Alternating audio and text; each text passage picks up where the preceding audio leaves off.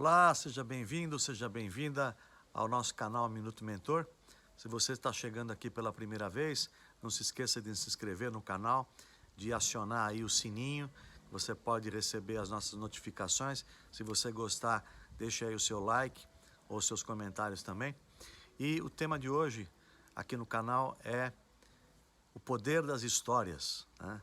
Eu fiz uma conexão desse capítulo de hoje, desse episódio de hoje, com o anterior, onde eu falei sobre a parte de ensino, a parte de educação. Se você tivesse a oportunidade de se apresentar como um profissional, ou até apresentar a sua empresa, o seu negócio, para alguém importante, para alguma pessoa importante, e você tivesse um tempo bem limitado, o que você faria? Você contaria o seu currículo? Você apresentaria o seu conteúdo, seja ele acadêmico, seja ele de experiência? É muito comum a gente perceber isso. Se você olhar hoje no LinkedIn, né, que é uma ferramenta maravilhosa, uma ferramenta aí de troca de experiências, de conexão com as pessoas, você vai encontrar ali os perfis, e os perfis são muito semelhantes, né? Você tem ali uma foto, às vezes as fotos até são parecidas, depois você tem lá a carreira acadêmica, você tem as experiências profissionais, se a pessoa fala inglês, se não fala inglês, se ela tem outras habilidades, enfim, se ela escreveu algum livro. Ou seja, a estrutura é muito parecida, a estrutura coloca as pessoas assim muito no mesmo âmbito, né? Muito dentro da caixa. E aí eu pergunto para vocês, se você fosse se apresentar, se você fosse trazer isso para um outro nível de apresentação, como é que você faria isso? Eu tenho uma dica para vocês que funciona muito bem. E a dica é você trazer uma história, né? As histórias são marcantes, as histórias elas fixam, elas fazem parte de uma conexão. Então vocês podem perceber que as grandes marcas, as marcas que valem muito hoje, elas têm por trás não somente produtos, né, bons produtos, mas elas têm por trás algum tipo de história, algo que remeta a alguma conexão forte com aquela audiência, com aquele público que a marca se relaciona. Eu tenho vários exemplos que vocês talvez até já conheçam, né? Não quero entrar aqui em discutir um por um, mas é incrível como você olha para algumas situações e você percebe que a marca, a história da marca, ela é muito mais poderosa, às vezes até, do que o negócio em si, né? Você ter a história e você contar bem essa história faz com que você tenha um grande diferencial, faz com que você saia na frente, os outros consigam entender, visualizar você de uma maneira diferente. Vou voltar um pouquinho para o ambiente profissional, né? Como é que você se apresenta, como é que você entrega a sua história? É óbvio que a primeira coisa que eu quero compartilhar aqui é que a história deve ser, né, deve ser sempre verdadeira. Uma história falsa, uma história fake, ela pode não perdurar por muito tempo. Então ela não se sustenta. E a gente tem vários exemplos também disso, né? De pessoas, por exemplo, que colocaram alguma coisa no currículo, colocaram alguma coisa na sua história e essa coisa não era verdadeira. Eu vou dar um exemplo.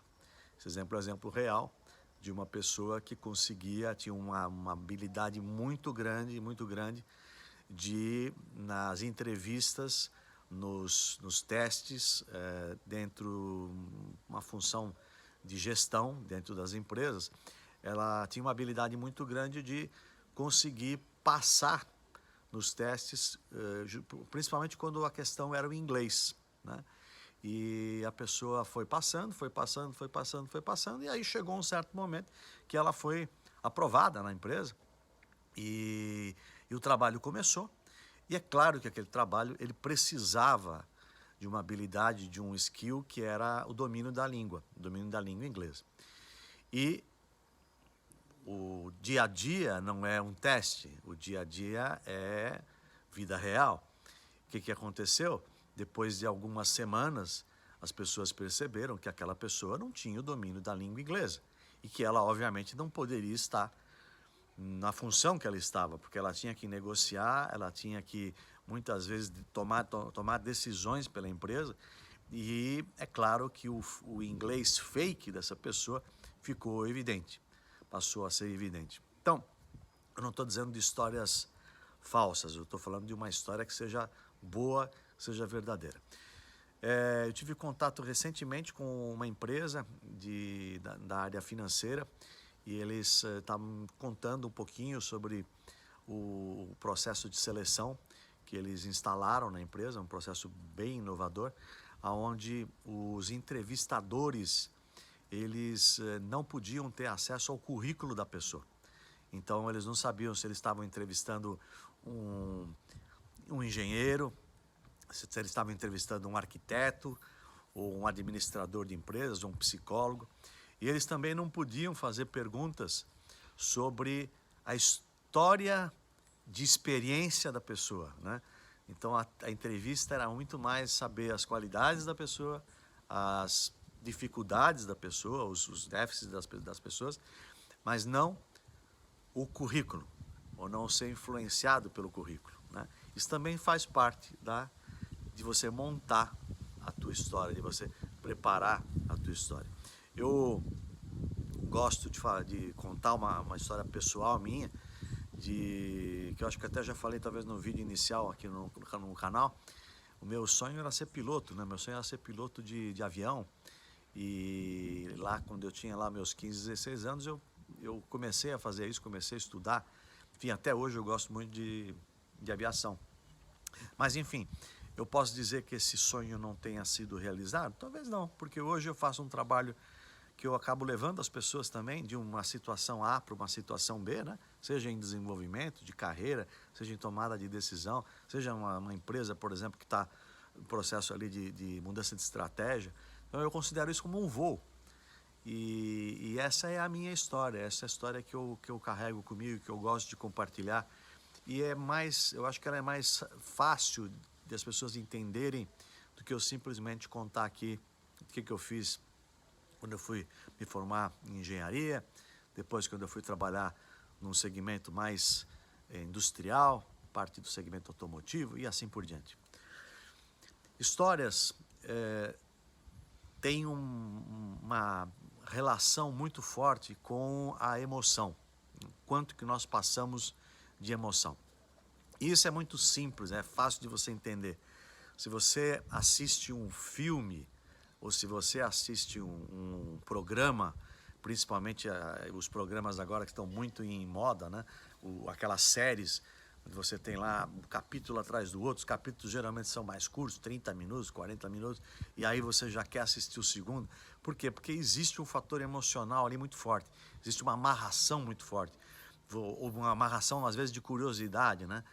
Toda história tem um bom vilão, toda história tem alguma desgraça, toda história tem um fator de superação, toda história traz algo de alegria, algo de felicidade no final ou no meio. Como é que eu desenho a minha história? Primeiro ponto importante, é você talvez fazer uma parada, parar um pouquinho e pensar nos pontos da sua vida. Eu estou falando aqui para você, mas isso pode se aplicar para uma empresa, para uma organização. Quais foram os pontos relevantes no momento, no timeline da empresa ou no timeline da tua carreira? Quais foram os pontos relevantes? Pontos que você se recorda. Pontos que, se você fosse fazer um livro ou se você fosse fazer um filme, esses pontos seriam pontos aonde a trilha sonora ela seria especial. Então repare quando você está num filme de suspense, no momento ali de preocupação, no momento tenso, a trilha sonora é outra. Quando você está num filme de aventura, ali num momento muito importante, num momento decisivo, você vai perceber que a trilha sonora ela muda. A trilha sonora ela leva você a preencher um vazio simplesmente do fato de você estar assistindo, né? Então você consegue ter um outro canal sendo acessado. Então, primeira coisa, no timeline, quais são os pontos importantes? Quais são os pontos que fizeram alguma diferença para você? Quais são os pontos que fizeram você pensar de novo, fizeram você se reinventar, fizeram você se superar, muitas vezes, fizeram que houvesse uma mudança enorme na forma de você agir ou na forma de você entregar alguma coisa? Então, esse timeline é bem importante. Cuidado, existe uma tendência das pessoas pensarem nesse timeline só como coisas muito grandes, né? Como coisas muito difíceis. Então, há um projeto gigantesco que eu consegui entregar, um cliente muito esperado que eu consegui atingir, ou um momento da carreira que eu consegui me superar. E às vezes você se esquece, ao fazer isso, dos pontos menores, daqueles pontos que também possam ser importantes, mas que você acabou não considerando, você acabou deixando de lado. Então, eu sempre sugiro que, para fazer esse timeline, não somente pense nos pontos maiores, mas pense também em pontos ali mais, às vezes menos relativos ou menos relevantes, aliás, essa palavra, menos relevantes, e que possam ter feito algum tipo de conexão ou possam ter gerado em você algum tipo de insight que muitas vezes você não percebe, né? Quando você faz isso com uma empresa, é muito interessante, porque você acaba criando uma forma de levantar a história da empresa. E o interessante disso é que muitas vezes você descobre coisas que as pessoas não sabem, ou elas não sabiam a respeito daquela marca, ou daquele desenho, né, ou daquele modelo. E para fazer isso, como é que normalmente se faz? Como é que normalmente na prática você pode fazer isso? Eu gosto muito de um sistema, de uma metodologia que reúne várias pessoas, vários players que veem aquela empresa ou que veem aquela marca de ângulos e perspectivas diferentes. Então, por exemplo, se você tem lá o dono da empresa, o fundador da empresa, é claro que o fundador da empresa, ele provavelmente ele assistiu esse timeline por muitos anos da vida dele. Mas como é que será que um fornecedor dessa empresa vê essa marca ao longo dos anos? Como é que será que os clientes veem essa marca ao longo dos anos? Como é que será que aquela senhorinha que está lá trabalhando na linha de produção, ou aquele senhor que está trabalhando ali numa área específica já há muito tempo, como é que ele vê essa empresa? Como é que ele olha para essa marca como um todo, para esse ser, para essa entidade como um todo? Será que é da mesma forma que o presidente? Será que é da mesma forma que os clientes, que os fornecedores? Muitas vezes não. Então, juntar isso, fazer com que isso seja uma coisa só, é algo muito interessante e muito produtivo. Vocês vão ter surpresas se vocês fizerem isso aí na sua organização. Basta fazer uma pergunta: como é que você vê a empresa ao longo desde o seu nascimento e no dia atual, no momento atual de hoje? Então, você vai revisar provavelmente momentos que a empresa esteve muito bem, momento que a empresa pode não ter tido sucesso, momento que a empresa se transformou, momento que a empresa cresceu, momento que a empresa diminuiu. E ao pensar nisso, você começa a desenhar a história da empresa. Eu quero compartilhar com vocês aqui o que o Walt Disney ele fazia, né? E era um trabalho, basicamente era um trabalho mandatório, porque se você for entender um pouco a história da Disney, os irmãos, né, Disney, o Walt e o Roy, o Roy era o cara mais voltado ao business, era o cara mais voltado à parte de gestão do negócio, estratégia do negócio. E o Walt, obviamente, todo mundo conhece a história dele, é o cara da criatividade, é o cara da inovação, é o cara da magia, né? Só que chegava num certo momento que muitas coisas que o Walt criava, ou que o Walt desenhava, eram coisas difíceis de você implementar, ou eram coisas não rentáveis, né? E aí o Roy tinha que fazer o papel do advogado do diabo, tinha que falar, olha, isso aqui, pô, a ideia é bacana, mas não vai dar, não é sustentável, por isso, por isso, por isso, e sempre isso gera conflito numa organização. Então o Walt Disney ele tinha um olhar, numa terceira perspectiva, toda a ideia, todo novo projeto, toda nova característica, novo personagem, né, criado, ele fazia uma coisa, antes dele apresentar para o Roy, ele saía da cena e ele olhava esse personagem, olhava aquele projeto com o olhar de um terceiro, com o olhar de alguém que não está envolvido emocionalmente no projeto. E isso dava para ele uma perspectiva totalmente diferente. E muitas vezes ele falava, não, isso realmente não faz sentido. Ou isso, não, isso é uma grande ideia, eu quero levar adiante. Eu lembro um outro momento na minha vida, eu tive uma reunião com dois empresários, e esses empresários eram da área de distribuição, logística, e trabalhavam muito com distribuição de livros, uma empresa bem grande. E quando eu fui visitá-los, né, na sede da empresa, nós fomos conversar um pouco lá, eu tinha acabado de lançar alguns livros, fomos conversar lá sobre possibilidade de distribuição, de uma parceria, enfim.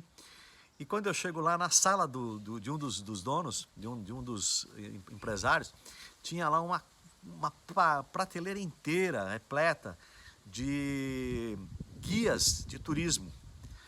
E eu olhei para aquilo ali e falei, puxa, mas você coleciona guias de cidades, né?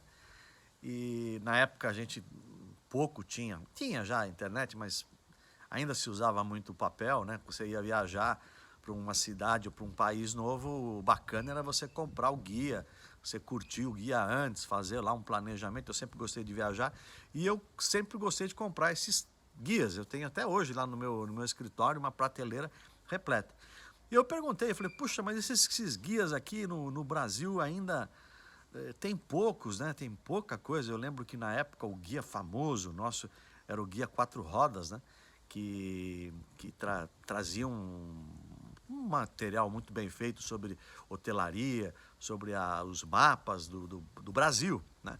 Mas fora, praticamente a gente não tinha em português, né? Você tem que comprar em inglês.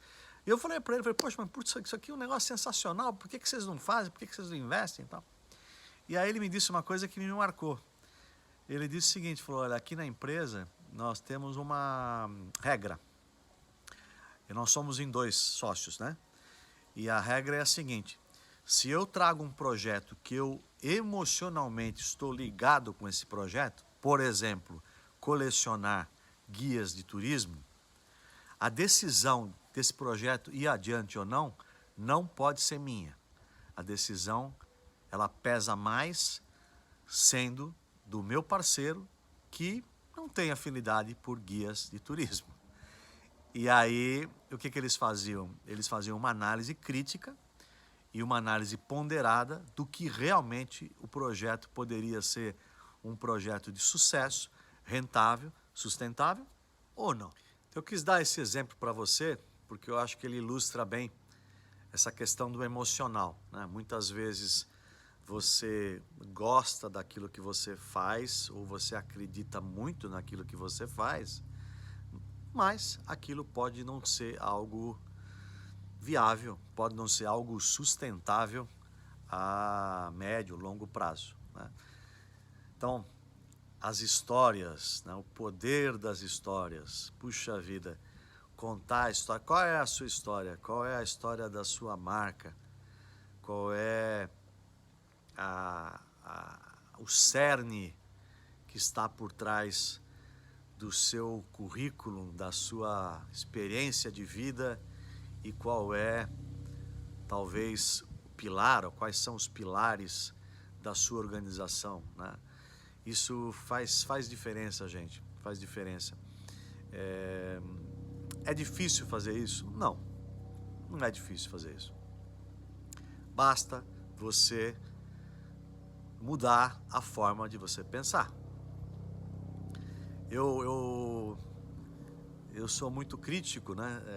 Quando a gente olha assim os anúncios, né, dos produtos e isso é bem bacana, porque não é só aqui no Brasil, fora do Brasil também tem coisas muito interessantes, mas tem coisas absurdamente ruins, né? Ruins em termos de como é que eu levo a mensagem, como é que eu transmito a mensagem, a minha mensagem para o meu cliente, o que que eu quero transmitir para esse cliente, o que que eu quero que ele entenda do negócio, o que eu quero que ele entenda do meu produto, da minha pessoa, né? E temos uma brincadeira, a brincadeira é, se você fosse escrever um livro, e esse livro, atrás do livro ou na orelha do livro, geralmente você tem ali a foto do autor e você tem quem é o autor, né? O que que você escreveria? O que que você escreveria para os seus leitores? O que que você colocaria ali que chamaria a atenção dos seus leitores?